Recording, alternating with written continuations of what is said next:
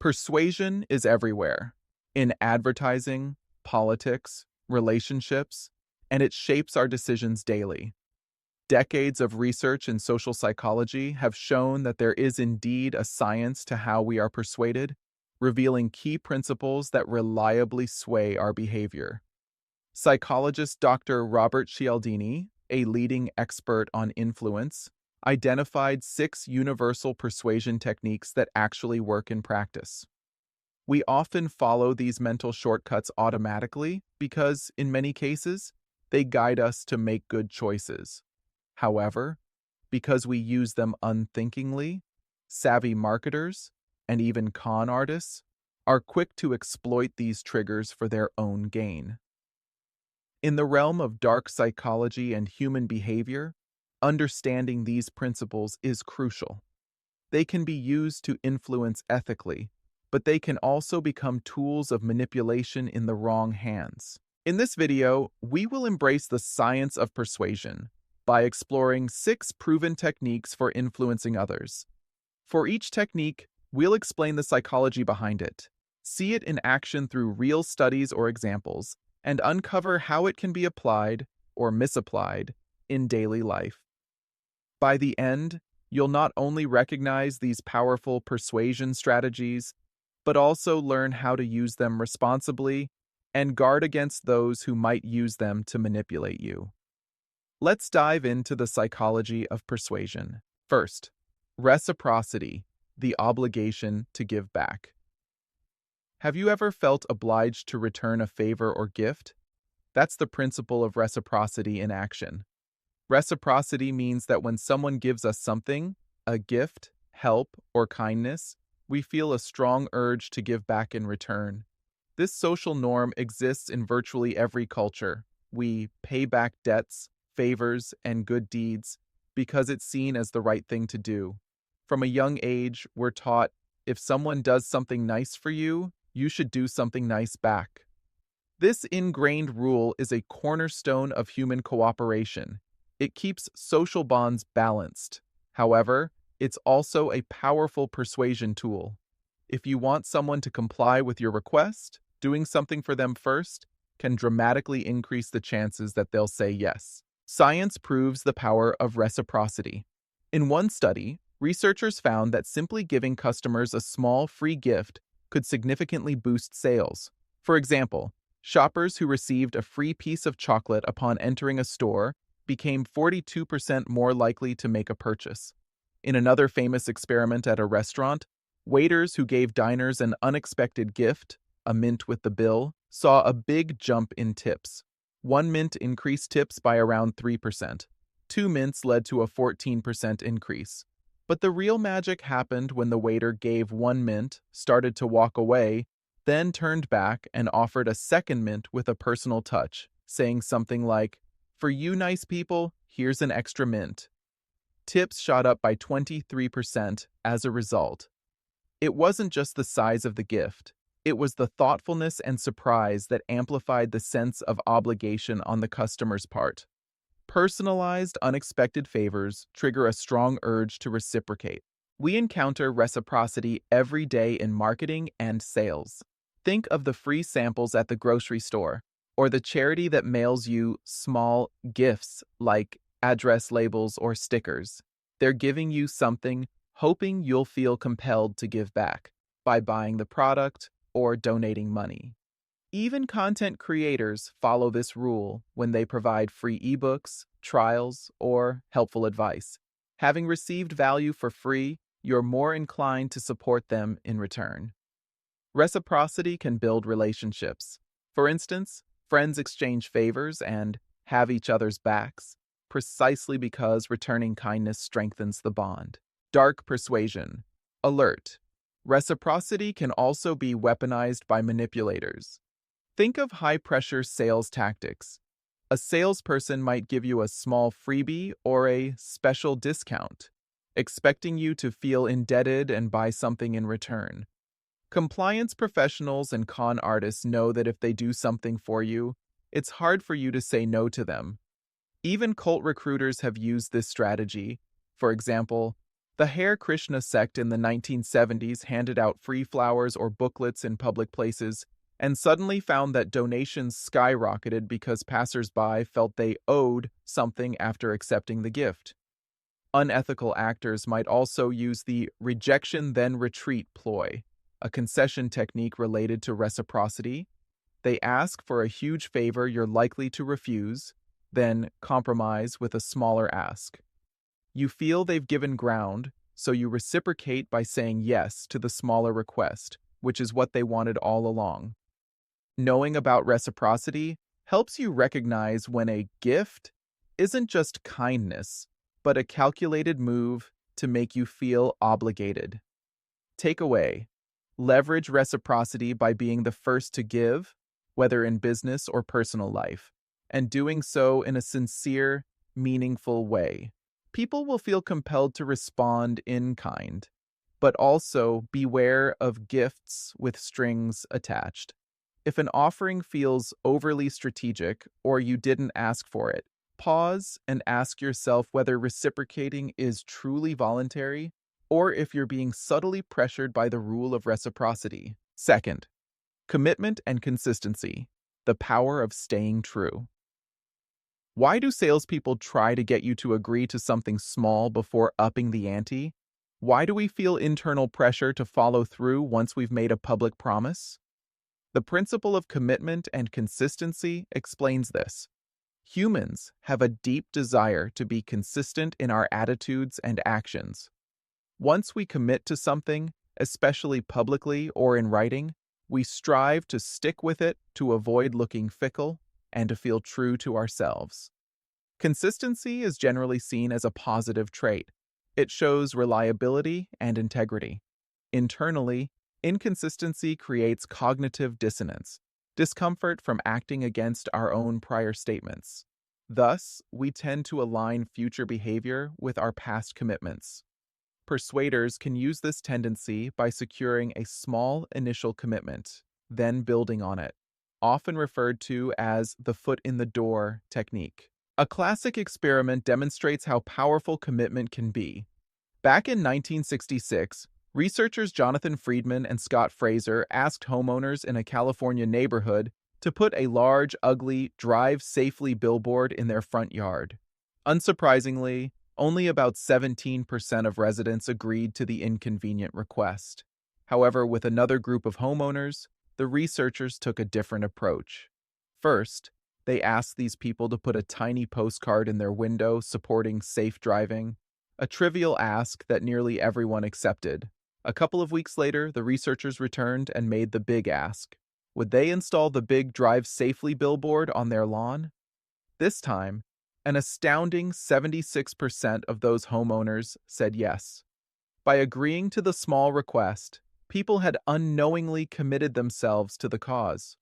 When the larger request came, they wanted to act consistently with their earlier stance, even if it meant a much bigger sacrifice. This foot in the door effect shows up often. If you've ever signed up for a free trial, a small commitment, and then felt inclined to continue paying for the service later, or if you've told a salesman, "I'm interested," and then felt it hard to back out, you've felt the pull of consistency. Businesses exploit consistency with techniques like the lowball. They secure your commitment to a great deal, then later reveal additional costs or conditions. Many people still go along with the purchase at the higher price because they already said yes initially and it feels inconsistent to back out. Another example, telemarketers might begin a call by asking, "Do you consider yourself a generous person?"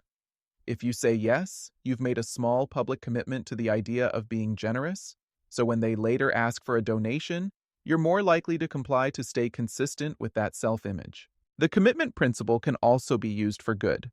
One study found that asking patients to write down their own appointment details, rather than having the staff do it, reduced no-shows at health clinics by 18%.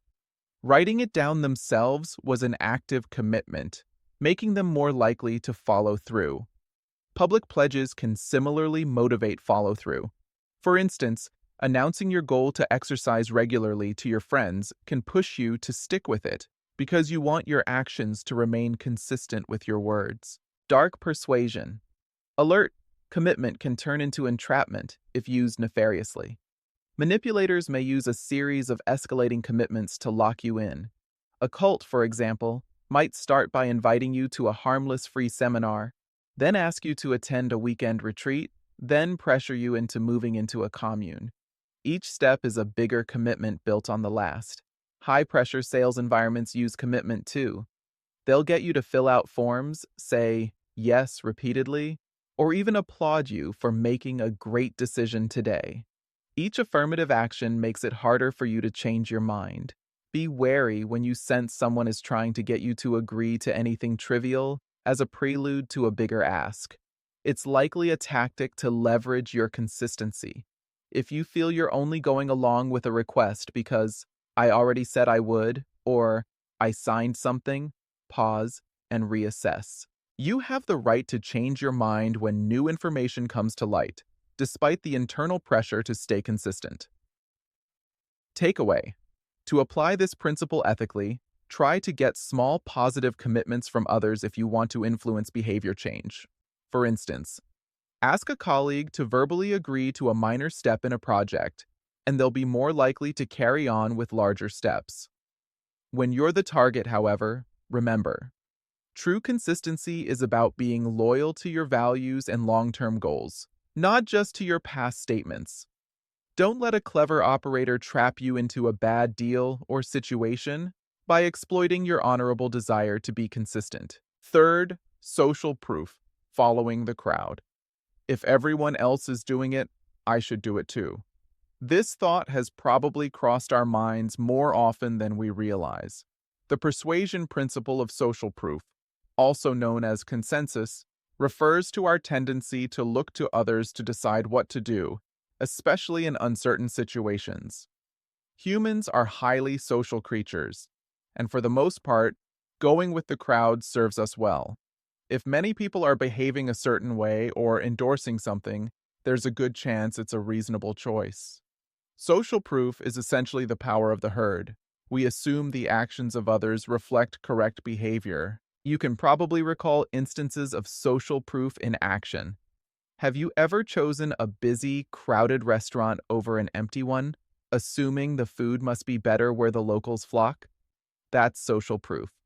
We check product reviews and ratings before buying because the experiences of other customers guide our decision. Laugh tracks on sitcoms, or just hearing others in an audience laugh, make jokes seem funnier. Our brains interpret the laughter of others as a sign that, this is funny, you should laugh too. On social media, content that has tons of likes and shares implicitly feels more credible or worth watching. In each case, other people's behavior is used as a shortcut for making our own decisions. Social proof is incredibly persuasive. In one experiment at a hotel, researchers tried to increase guests' participation in the hotel's towel reuse program, which saves water and energy. The standard message in hotel bathrooms appeals to the environment. Help save the environment by reusing your towels. This approach got about 35% of guests to reuse towels. But when another sign was used, one that mentioned descriptive norms, e.g., 75% of guests who stayed in this hotel room reused their towels, the compliance jumped significantly. Simply telling guests that most others like them were doing it increased towel reuse by roughly 26%. In fact, the most effective message was the one that referenced guests who stayed in that very room previously. This ultra-specific social proof boosted towel reuse by 33% compared to baseline. The lesson?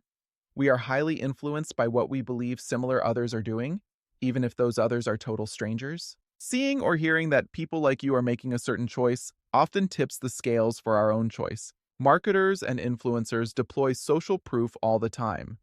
Phrases like best-selling product, millions sold, or as seen on are designed to assure us that lots of others trust this item, so we won't be alone if we buy it.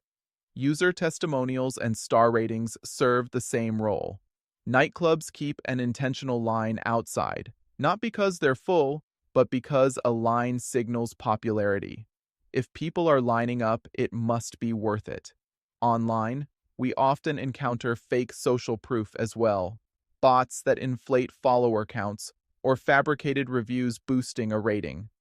These work because, genuine or not, the appearance of consensus can be compelling. Even in public behavior, social proof can lead us astray. If nobody else is reacting to an emergency, everyone's staying silent or walking past, we take that as a cue that maybe no action is needed. This is known as the bystander effect. On the flip side, if one person steps up to help, others are more likely to join in. In short, group behavior is contagious. Dark persuasion alert. Social proof can become social pressure or even herd mentality in the wrong hands. Propagandists and those spreading misinformation exploit our reliance on social proof by creating the illusion of mass support or consensus. For example, a manipulator might point to a growing movement or say, "Everyone knows X," to make you feel out of the loop if you disagree. Scammers might claim, "Everybody is investing in this opportunity," to trigger fear of missing out, or use paid actors to pose as happy customers. Think of those infamous one person clapping, then the whole room applauds scenarios. In cults or extremist groups, leaders will arrange echo chambers where it appears all members fully endorse the ideology. Dissenting voices are silenced so that each person thinks everyone else believes, so it must be true. Our inclination to conform can override our critical thinking. To protect yourself, remember that popularity doesn't always equal quality or truth. Ask questions. Who exactly constitutes everyone in a claim? Could reviews be biased or fake? Consciously seek independent evidence beyond just "lots of people say so." Takeaway: leverage social proof ethically by highlighting authentic examples of others' behavior. If you're leading a new initiative, share real testimonials from people who have joined. If 90% of a company's employees use a certain tool successfully, mentioning that can ease adoption by the remaining 10%. People find safety in numbers. Knowing that others have gone first makes them more comfortable following. But as a savvy individual, also recognize when social proof is being fabricated or exaggerated. Ultimately, the crowd can be wise, but it can also be misled. So use social proof as one input in your decision-making, not the sole decider. Fourth, liking, the friendly factor. We are more easily persuaded by people we know and like. It sounds obvious, but we often underestimate just how much being likable, or similar to someone, can grease the wheels of influence. The liking principle simply states that we say yes to people we like. What causes us to like someone? Persuasion science points to several factors. Similarity, compliments, and cooperation towards shared goals are big ones. In short, if someone seems likable, maybe they share your interests, pay you genuine compliments, or just have a friendly, attractive demeanor, you're inclined to go along with their request, more than if you don't like or trust them. Consider your own experiences. Are you more likely to buy Girl Scout cookies from the sweet neighborhood kid you've watched grow up, or from a random stranger? Do you tend to favor job candidates who personally clicked with you in the interview? Have you ever purchased something because a charismatic salesperson chatted about having the same hometown or hobbies as you, making you feel connected? These are all liking effects in action. We tend to favor the familiar and the flattering.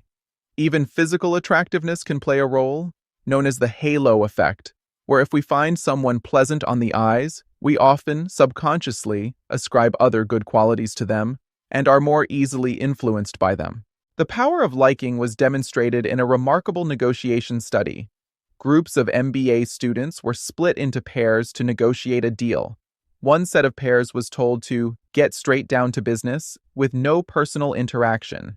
In these, only 55% reached an agreement. The other set was instructed to exchange personal information and find a similarity or common interest before negotiating. In that group, 90% reached a successful deal, and the outcomes were on average 18% more favorable for both parties. by simply taking a moment to establish rapport, discovering perhaps they went to the same college or both love a certain sport. The negotiators liked each other more, and things went far more smoothly. Finding common ground and being friendly created a win-win outcome that might otherwise have fallen apart. This underscores a key lesson. People who like each other tend to cooperate and persuade each other more effectively.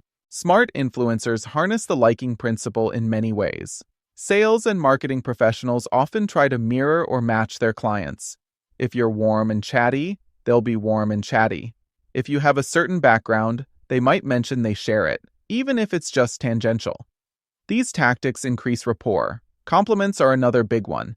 Even obviously flattering comments can make us feel good and open us up. Interestingly, studies have found that flattery works even when the praise is not entirely sincere. We're just psychologically inclined to respond positively to compliments, letting our guard down. This is why so many advertisements feature testimonials from people just like you, or why influencers strive to create a sense of friendship with their followers by sharing personal stories and authenticity. If you feel you know and like them, you're far more receptive to their message or product pitch. Dark persuasion alert. The liking principle is a favorite tool of manipulators and con artists. They often manufacture likability to disarm your suspicion. A fraudster might pretend to have the same interests or background as you. Oh, you're a veteran? Me too, even if they're not, to get you to trust them. This is known as affinity fraud. Scams that target members of a group by posing as a fellow member of that group, religious community, ethnic group, etc., to exploit the trust and goodwill within it. Flattery is another red flag. If someone you just met is lavishing you with compliments or seems too nice, it could be a tactic. High-pressure salespeople will use friendliness and jokes, aiming to make you see them as a friend rather than a stranger trying to sell something. We can also be blind to faults of people we like. It's why nepotism or favoritism happens. Our positive feelings cloud objective judgment. In a darker context, an abuser might use intermittent kindness and warmth, mixing it with abuse, to keep their partner attached through liking and hope for the good times. Be cautious when only positive emotions are steering you. Liking someone is great, but make sure you also evaluate the facts of what they're saying or asking. Takeaway. We naturally tend to go along with people we like, so becoming a likable person greatly enhances your ability to persuade. Build genuine relationships, find real similarities, and give sincere compliments in your interactions. This isn't manipulation so much as it is good social skills, as long as it's honest. People want to say yes to those they trust and find agreeable. On the flip side, when you find yourself charmed by someone, do a quick check. Am I being swayed by the message or just by the messenger's charm? Separating the two can save you from unscrupulous actors who might smile as they deceive. Ultimately, combine heart and head in your decisions. Liking someone is fine, but ensure the proposal makes sense on its own merits too. 5. Authority. Respect the experts. Throughout life, we're taught to respect authority figures, parents, teachers, doctors, officials, and to follow the instructions of those in charge. The persuasion principle of authority taps into our tendency to obey or be swayed by people who appear to be credible experts or hold positions of authority. In general, listening to authority is a convenient shortcut. People who have knowledge or power, like a skilled doctor or a qualified engineer, often do know better in their domain, so it's rational that we defer to them. However, our deference can be so strong that just the symbol of authority, a title, uniform, or impressive credential, can trigger compliance, even when it's not truly deserved. Classic studies underline how potent authority influence is. Stanley Milgram's obedience experiments in the 1960s shocked the world, quite literally. Ordinary participants were instructed by an experimenter in a lab coat an apparent scientist, to deliver what they believed were increasingly painful electric shocks to another person. Despite hearing the victim's screams, 65% of participants went all the way to administer the highest shock level, potentially lethal, simply because the authority figure calmly told them to continue. This disturbing result showed that many people will override their own moral pain and obey orders from an authority, even to the point of harming someone else. The lab coat, the setting at Yale, the confident instructions of the scientist, all these trappings of authority overwhelmed the subject's own judgment. In less extreme scenarios, the authority principle plays out daily. In healthcare, for instance, studies have found that patients are far more likely to follow a treatment regimen when a doctor's credentials are prominently displayed. One finding noted that physiotherapists who hung their medical diplomas on the wall had higher compliance from patients doing their exercises. The diplomas signaled, "I am a legitimate expert," and patients listened.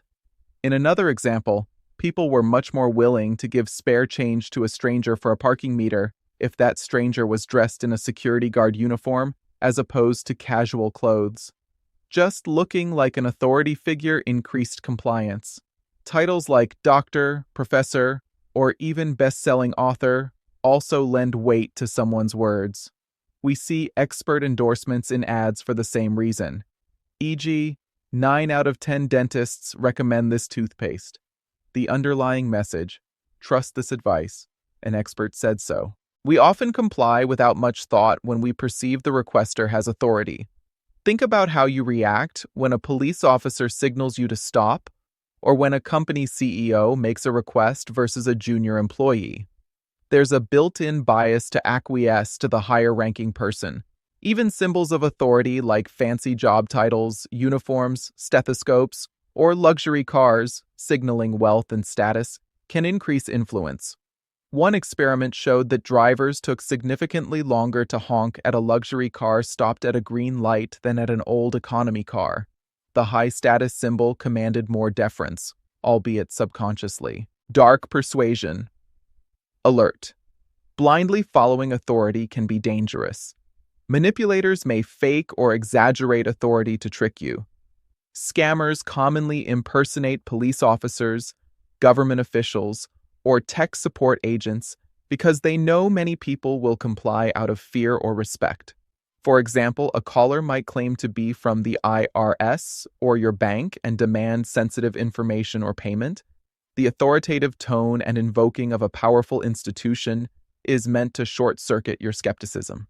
Similarly, in cults or abusive relationships, a leader might proclaim themselves uniquely qualified or divine, using titles and trappings to demand absolute obedience. Remember that true authority in a domain comes with expertise and trustworthiness. A white coat or a badge alone doesn't guarantee the person is legitimate. Always verify credentials if something doesn't feel right. Another dark aspect is how authority can diffuse personal responsibility. People might do horrible things under the excuse, "I was just following orders." Recognize that no authority should override your moral compass.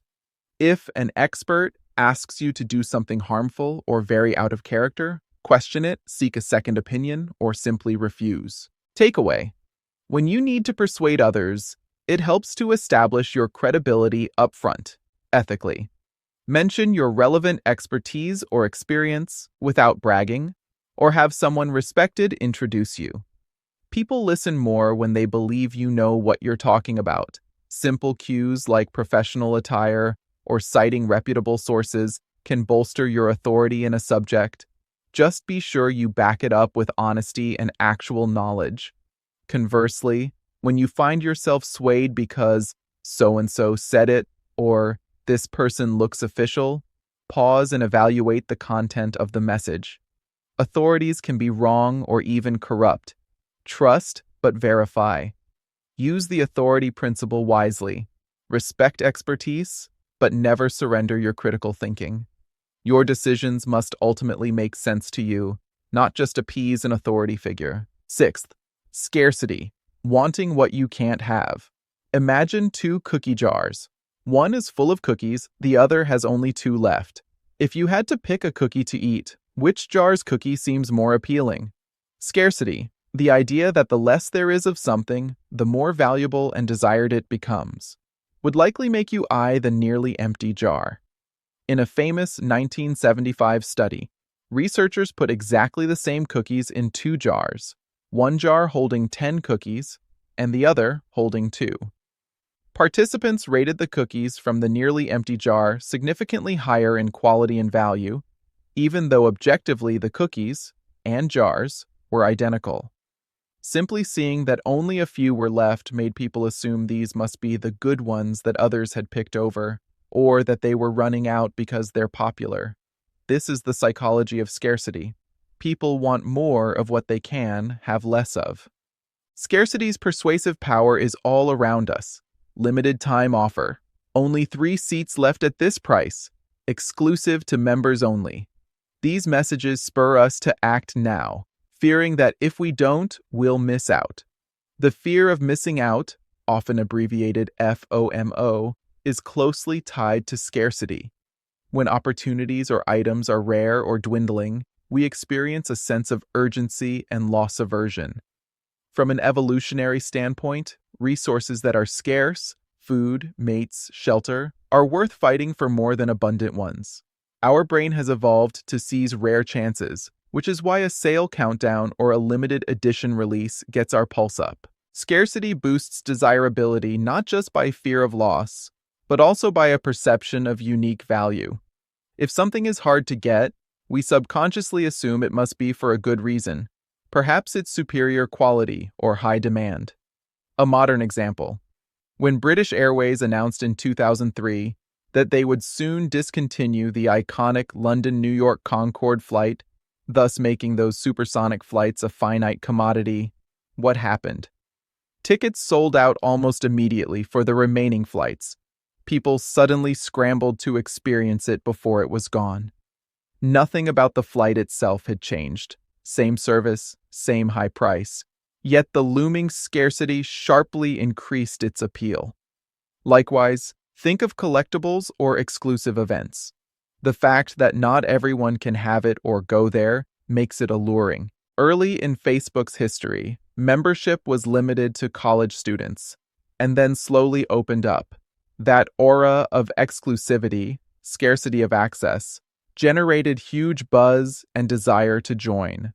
Marketers deftly use scarcity tactics, limited stock notices, flash sales that last only a few hours, products labeled as only one per customer, or while supplies last. Real estate agents might hint that there are a couple other offers on this house to nudge you into bidding quickly and higher.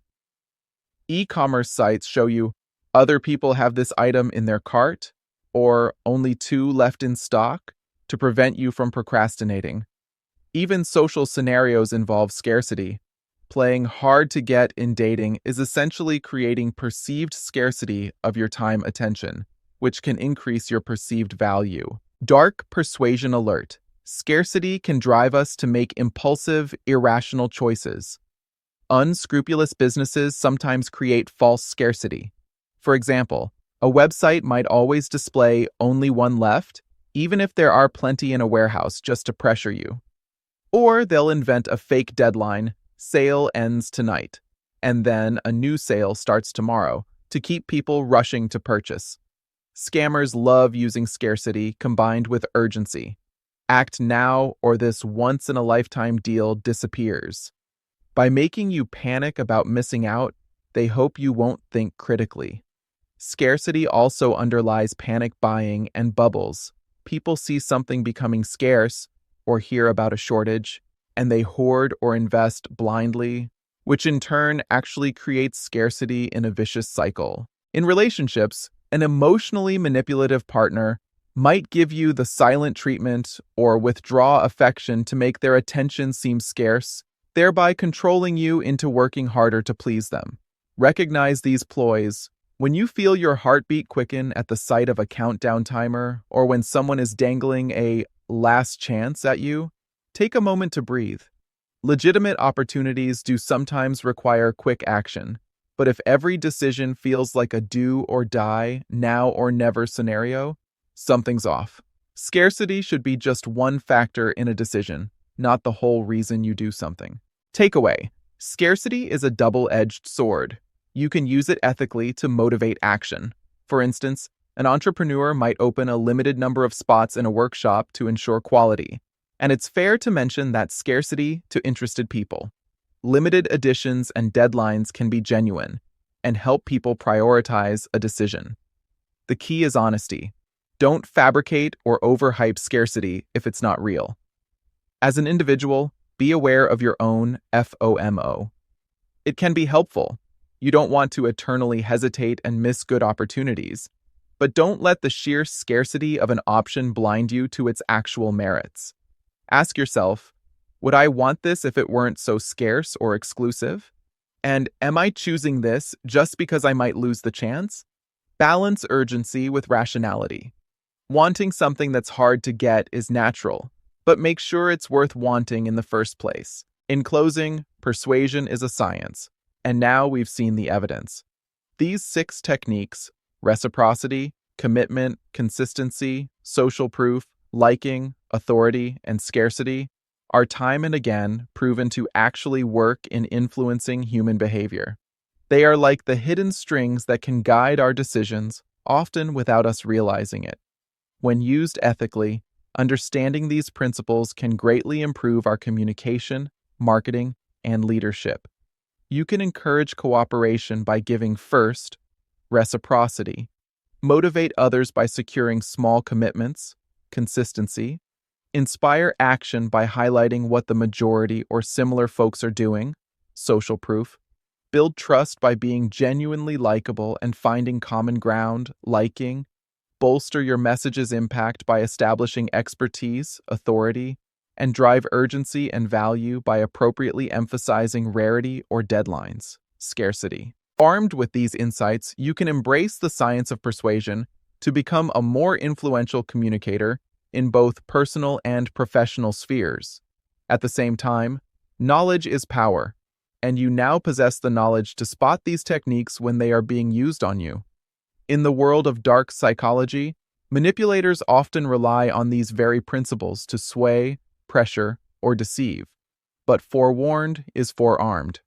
By recognizing the telltale signs, the unsolicited gift before a favor ask, the series of yeses leading to an uncomfortable commitment, the manufactured hype of everyone's doing this, the over-the-top flatterer, the intimidating expert jargon, or the ticking clock of a limited offer, you can pause and engage your rational mind.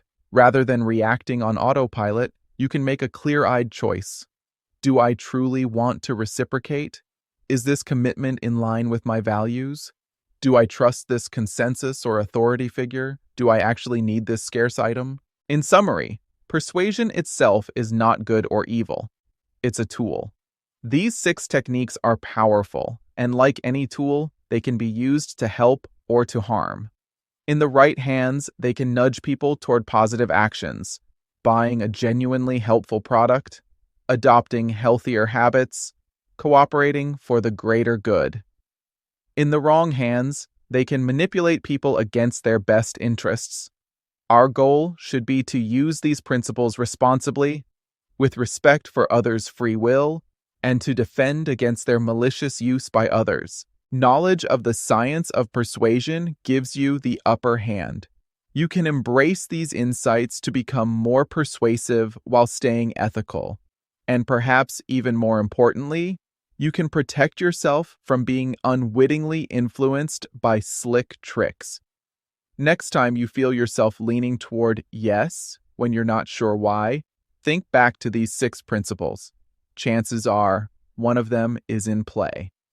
By understanding the game, you won't be a pawn on the board. You'll be an informed player making conscious moves.